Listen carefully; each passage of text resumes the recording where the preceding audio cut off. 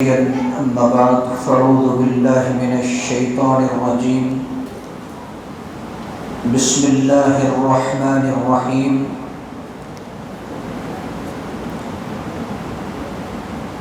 تبارك الذي بيده الملك وهو على كل شيء قدير۔ اللہ سبحانہ و تعالیٰ کی توفیق سے آج کی نماز تراویح میں 29واں پارہ مکمل پڑھا گیا، جو پارہ 11 سورتوں پر مشتمل ہے، یعنی 11 سورتیں ہیں۔ سورۃ الملک، سورۃ القلم، سورۃ الحاقہ، سورۃ المعارج، سورۃ نوح، سورۃ الجن، سورۃ المزمل، سورۃ المدثر، سورۃ القیامہ، سورۃ الدہر اور سورۃ المرسلات۔ یہ 11 سورتیں ہیں۔ اللہ رب العالمین ہماری اس تلاوت کو سنانے اور سننے کو قبول فرمائے اور لغزشوں کو معاف فرمائے، آمین۔ اللہ تبارک و تعالیٰ نے ان سورتوں میں بہت ساری نصیحتوں کی باتیں رکھی ہیں۔ سورۃ الملک کے اندر اللہ رب العالمین نے ہماری تخلیق کا ایک مقصد بتایا کہ ہم نے تمہیں کیوں پیدا کیا۔ اللہ تبارک و تعالیٰ نے کہا لِيَبْلُوَكُمْ أَيُّكُمْ أَحْسَنُ عَمَلًا، تاکہ اللہ تمہیں آزمائے کہ تم میں سے کون اچھا عمل کرنے والا ہے۔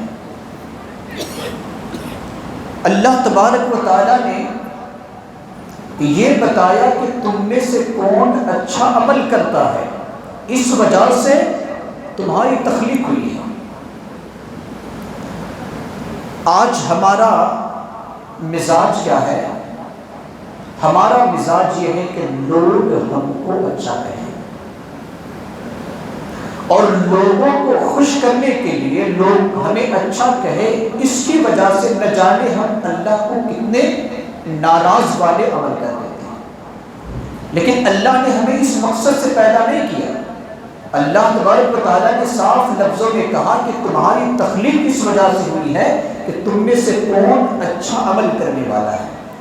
لہٰذا ہماری زندگی کا یا ہماری تخلیق کا جو مقصد ایک ہے، اللہ کی نظر میں اچھا ہونا ہے۔ لہٰذا رب کی نظر میں اچھا بننے کی کوشش کریں۔ اللہ تبارک و تعالیٰ نے آسمان کے بارے میں کہا۔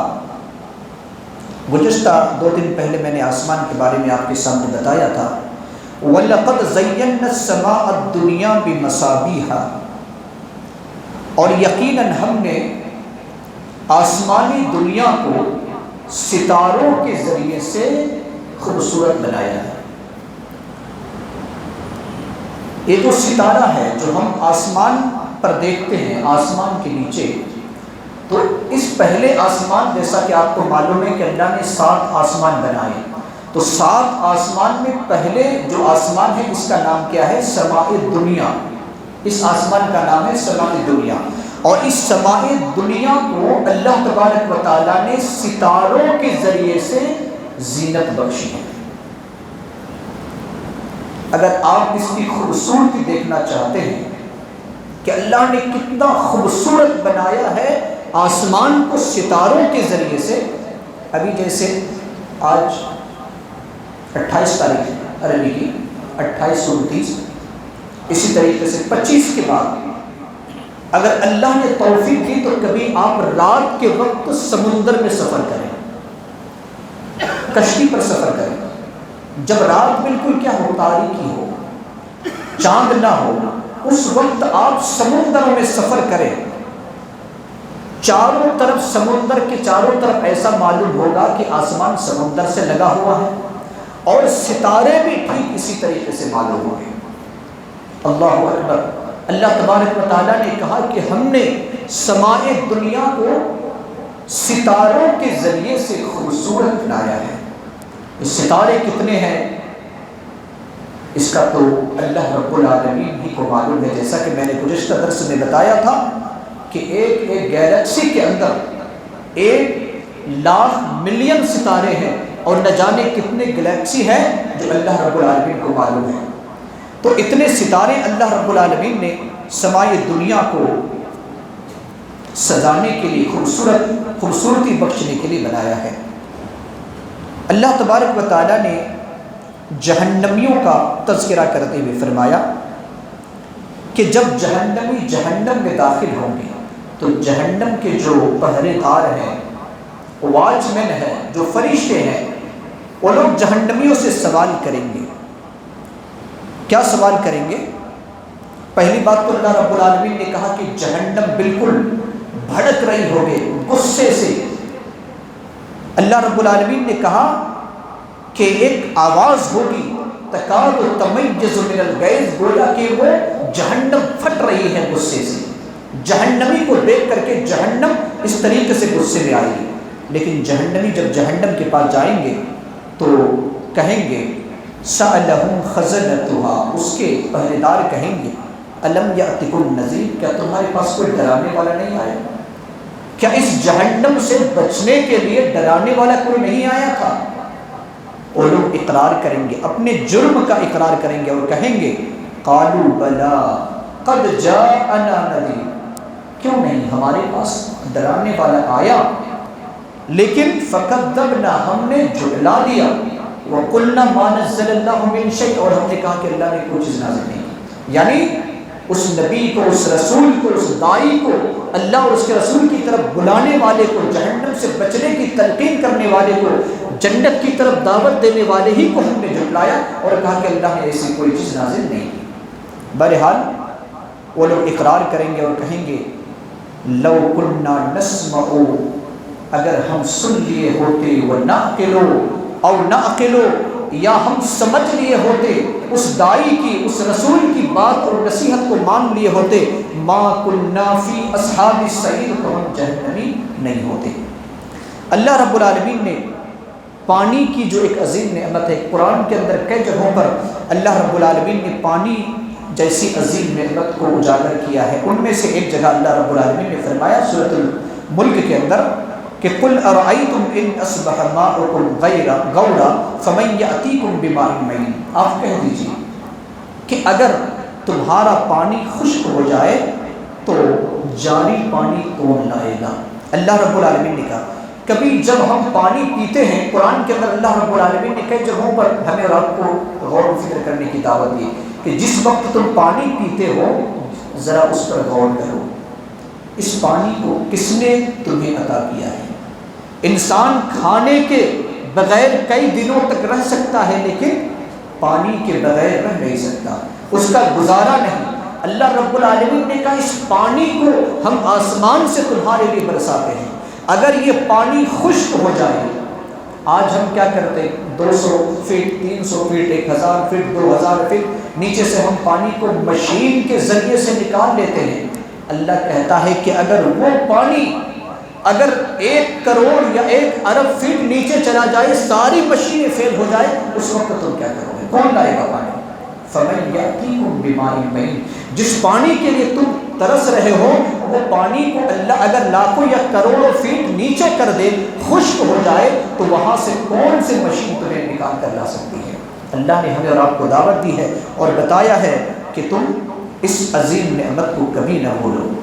اللہ تبارک و تعالیٰ نے جنتی اور جہنمی کا تذکرہ کرتے ہوئے فرمایا قیامت کا دن ہوگا، ہم اور آپ اللہ کے سامنے کھڑے ہوں گے، اپنے اپنے رزلٹ، اپنے اپنے نتیجے اور اپنے اپنے نامہ اعمال کا انتظار کر رہے ہوں گے۔ اللہ رب العالمین سے دعا کریں کہ اللہ رب العالمین جس دن تمام مخلوق کو، تمام انسانوں کو نامہ اعمال تقسیم کرے تو اے اللہ اس وقت ہمارے سیدھے ہاتھ میں وہ نامہ اعمال عطا کرنا، ہم سب کو سیدھے ہاتھ میں نامہ اعمال عطا کرنا۔ کیوں؟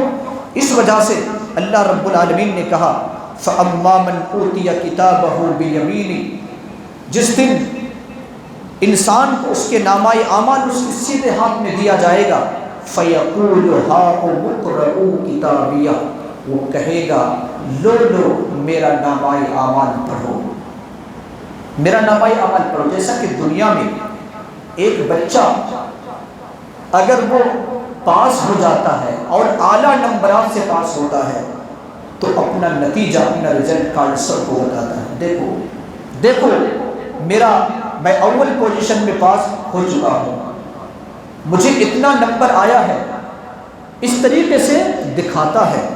تو قیامت کا جو دن ہوگا، اس دن بھی جس کا نامہ اعمال اس کے سیدھے ہاتھ میں، داہنے ہاتھ میں دیا جائے گا، وہ انسان کہے گا ہاؤم اقرءوا کتابیہ، اے میرے دوستو لو میرا نامہ اعمال پڑھ لو۔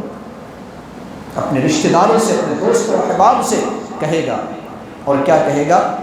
انی ظننت انی ملاق حسابیہ، مجھے اس بات کا پکا یقین تھا کہ مجھے حساب دینا ہے۔ فہو فی عیشۃ راضیہ، وہ انسان خوشگوار زندگی میں ہوگا، فی جنت عالیہ، اونچے مقام کے جنت میں ہوگا، قطوفہا دانیہ، اس کے تمام قسم کے جو پھل ہیں بالکل قریب ہوں گے، اتنے قریب ہوں گے کہ ایک انسان کھڑے کھڑے اپنے ہاتھ سے، کھڑا تو ہونا درکنار، بیٹھ کر کے بھی اس کے پھل کو توڑ سکتا ہے، سو کر کے اگر وہ بندہ چاہے کہ میرے منہ میں وہ پھل آ جائے تو وہ پھل آ جائے گا، اتنا قریب ہوگا۔ اللہ تبارک و تعالیٰ کہے گا کُلُوا وَاشْرَبُوا ہَنِیئًا بِمَا أَسْلَفْتُمْ فِی الْأَیَّامِ الْخَالِیَہ، تم گزرے ہوئے دنوں میں جو عمل کیے تھے اس کے بدلے میں تم کھاؤ۔ لیکن اس کے برعکس اللہ رب العالمین نے کہا وَأَمَّا مَنْ أُوتِیَ کِتَابَهُ بِشِمَالِهِ، جس کا نامہ اعمال اس کے بائیں ہاتھ میں دیا جائے گا، وہ انسان کیا کہے گا؟ فَيَقُولُ يَا لَيْتَنِی لَمْ أُوتَ کِتَابِیَہ، کاش کہ میرا نامہ اعمال مجھے نہ دیا جاتا۔ جس طریقے سے ایک بچہ فیل ہو جاتا ہے، اس کی کیفیت کیا ہوتی ہے؟ اس کی کیفیت یہ ہوتی ہے کہ کاش کہ یہ نامہ اعمال، یہ نتیجہ، یہ رزلٹ مجھے ملتا ہی نہیں تو اچھا ہوتا۔ لیکن دنیا میں ایک مرتبہ فیل ہونے کے بعد پاس ہونے کی گنجائش باقی رہتی ہے۔ اس سال ہم فیل ہو گئے، آئندہ سال محنت کر کے پاس ہو جائیں گے، لیکن وہاں پر جو انسان پاس ہو گیا وہی پاس، جو فیل ہو گیا وہی فیل، وہاں پر کوئی گنجائش نہیں۔ انسان تو کہے گا کہ اے پروردگار عالم، ہمیں دنیا میں بھیج دے، ہم اچھا عمل کریں گے، جو برا عمل کرتے تھے یہ نہیں کریں گے۔ لیکن وہاں پر کہنا مفید نہیں ہوگا۔ وہ کیا کہے گا؟ ما لم ادر حسابیہ، وہ انسان کہے گا کہ مجھے حساب کے بارے میں کچھ معلوم ہی نہیں تھا۔ یا لیتہا کانت القاضیہ، اے کاش کی یہ موت ہی کام کو تمام کر دیتی۔ ما اغنی مالیہ، میرے مال نے مجھے کوئی فائدہ نہیں پہنچایا۔ ہلک عنی سلطانیہ، میرے غلبہ نے مجھے ہلاک کر دیا، میری بادشاہت نے، میری سرداری نے اور میرے عہدے نے مجھے ہلاک اور برباد کر دیا۔ اللہ رب العالمین کہے گا خذوہ فغلوہ، اس کو پکڑو اور اس کو طوق پہناؤ، ثم الجحیم صلوہ، پھر اسے جہنم کے اندر ڈالو۔ اللہ رب العالمین ہم سب کو جہنم کے دہکتی ہوئی آگ سے محفوظ رکھے، آمین۔ اللہ تبارک و تعالیٰ نے مجموعی طور پر جو بات کہی ہے، اچھا ایک بات اور اللہ رب العالمین نے ذکر کیا ہے کہ جنتی جنت میں چلے جائیں گے، جہنمی جہنم میں جائیں گے۔ اب اللہ رب العالمین سے کچھ لوگ فریاد کریں گے۔ فریاد کیا ہے؟ یود المجرم، مجرم جو گنہگار ہے، جو جہنمی ہے، وہ چاہے گا لو یفتدی من عذاب یومئذ ببنی وصاحبتہ واخیہ وفصیلتہ التی تؤوی ومن فی الارض جمیعا ثم ینجیہ۔ اللہ رب العالمین کہتا ہے کہ جہنمی جہنم میں جانے کے بعد اللہ سے فریاد کرے گا کہ اے اللہ، اس جہنم سے بچنے کے لیے، اس جہنم سے بچنے کے لیے میں بدلے میں کیا کیا دینا چاہتا ہوں، کیا کیا دینا چاہتا ہوں۔ اللہ سے کہے گا، سب سے پہلا کہے گا بے بنی، اے اللہ یہ میرے بیٹے ہیں نا، اس کو لے لو، ہمیں جہنم سے نجات دے دو۔ وہ صاحبتہ، میری بیوی کو لے لو، وہ اخی، میرے بھائی کو لے لو، وہ فصیلتہ التی تؤوی، اور میرے کنبے والے کو لے لو جس کو میں نے پناہ دیا تھا، ومن فی الارض جمیعا، روئے زمین کے تمام لوگوں کو لے لو، ثم ینجی، پھر مجھے نجات دے۔ کس کو؟ آج اپنے بیٹا کے لیے، اپنی بیوی کے لیے، اپنے بھائی کے لیے، اسی طریقے سے اپنے کنبے اور رشتہ داروں کے لیے ہم کیا کیا نہیں کرتے ہیں، لیکن یہی رشتہ داروں کو ہم قیامت کے دن اگر کوئی جہنمی جہنم میں چلا گیا تو اللہ رب العالمین سے کہے گا اللہ بیٹا کو لے لو، بیوی کو، اور اسی طریقے سے تمام رشتہ داروں کو لے لو، یہاں تک کہ روئے زمین کے تمام لوگوں کو لے لو، صرف مجھے نار جہنم سے نجات مل جائے۔ اللہ رب العالمین کی طرف سے جواب آئے گا کلا، ہرگز نہیں، یہ تمہاری صرف خواہش ہے، تمہاری تمنا ہے، تمہاری آرزو ہے، لیکن یہ تمہارے بس کی بات نہیں ہے، کیونکہ تم نے جو عمل کیا ہے اسی کا مزہ آج تمہیں چکھنا پڑ رہا ہے۔ اللہ تبارک و تعالیٰ نے سورہ نوح کے اندر نوح علیہ السلام کی دعوت کا ذکر کیا ہے۔ آپ جانتے ہیں کہ سارے 900 سال تک انہوں نے تبلیغ کی، تنہائی میں، اجتماعی طور پر، گھر گھر میں جا کر، مجموعہ عام میں، کبھی پوشیدہ طور پر، کبھی ظاہری طور پر، ہر طرح سے انہوں نے لوگوں کو سمجھایا، لیکن لوگ نہیں سمجھے۔ اس کا بھی اللہ رب العالمین نے ذکر کیا ہے۔ سورۃ الجن کے اندر اللہ تبارک و تعالیٰ نے ہمیں اور آپ کو اس بات کی دعوت دی ہے کہ نبی صلی اللہ علیہ وسلم قرآن کی تلاوت کر رہے ہیں، نماز فجر پڑھ رہے ہیں، وادی النخلا میں، مکہ کی سرزمین پر جنوں کی ایک جماعت کا ادھر سے گزر ہوتا ہے، اور جب جنات کی جماعت اس قرآن کی آیتوں کو سنتے ہیں تو وہ فوراً ایمان لاتے ہیں۔ کیا کہتے ہیں؟ قُلْ أُوحِيَ إِلَيَّ أَنَّهُ اسْتَمَعَ نَفَرٌ مِّنَ الْجِنِّ فَقَالُوا إِنَّا سَمِعْنَا قُرْآنًا عَجَبًا، عجیب قرآن کو ہم نے سنا ہے، یہدی إِلَى الرُّشْدِ، جو قرآن ہدایت کی طرف رہنمائی کرتا ہے، سیدھا راستہ بتاتا ہے، فآمنا بھی، ہم نے اس قرآن پر ایمان لایا، ولن نشرک بربنا احدا، اور ہم اپنے رب کے ساتھ کسی کو شریک نہیں ٹھہرائیں گے۔ اللہ رب العالمین نے اس بات کا بھی یہاں پر ذکر کیا ہے مجموعی طور پر۔ اور ایک بات کا جو ذکر کیا ہے اسی بات کو کہہ کر اپنی بات کو ختم کرتا ہوں، وہ یہ ہے کہ مومن کے بہت ساری صفات کو بتاتے ہوئے اللہ رب العالمین نے بطور خاص نماز کا ذکر کیا، اور کہا کہ مومن وہ ہے جو نماز سے کبھی غافل نہیں ہوتا۔ نماز اس کی زندگی کا ایک حصہ ہے، ایمان کا ایک اہم حصہ ہے، اسلام کا ایک بنیادی رکن ہے، کبھی غافل نہیں ہوتا۔ اور یہی وجہ ہے کہ اللہ تبارک و تعالیٰ قیامت کے دن کہے گا کہ تم آؤ میرے سامنے رکوع کرو، آؤ سجدہ کرو۔ اللہ رب العالمین نے کہا کہ جب رکوع کے لیے بلایا جائے گا لا یرکعون، رکوع نہیں کر سکیں گے، سجدہ کے لیے بلایا جائے گا سجدہ نہیں کر سکیں گے، کیونکہ وہ دنیا میں رکوع اور سجدہ سے دور تھا، نماز نہیں پڑھتا تھا۔ اسی لیے جہنمی جب جہنم میں جائیں گے، وہ بھی آیت آج تلاوت کی گئی ہے، اللہ رب العالمین کہتا ہے کہ فرشتے اس سے سوال کریں گے ما سلککم فی سقر، جہنم میں تمہیں کس چیز نے داخل کیا؟ قالوا لم نک من المصلین، تو پہلا جواب ہوگا کہ ہم نمازی نہیں تھے۔ لہٰذا مسلمانوں، جس طریقے سے ہم نے نماز کی پابندی رمضان میں کی ہے، غیر رمضان میں بھی، بلکہ اپنی زندگی کے آخری لمحہ تک وَاعْبُدْ رَبَّكَ حَتَّى يَأْتِيَكَ الْيَقِينُ، یعنی انسان کی موت آنے تک عبادت کرتے رہنا چاہیے۔ ہم اور آپ صرف جمعہ کی مصلی نہ بنے، صرف رمضانی مصلی نہ بنے، بلکہ اپنی زندگی کے آخری لمحہ تک مصلی بنے۔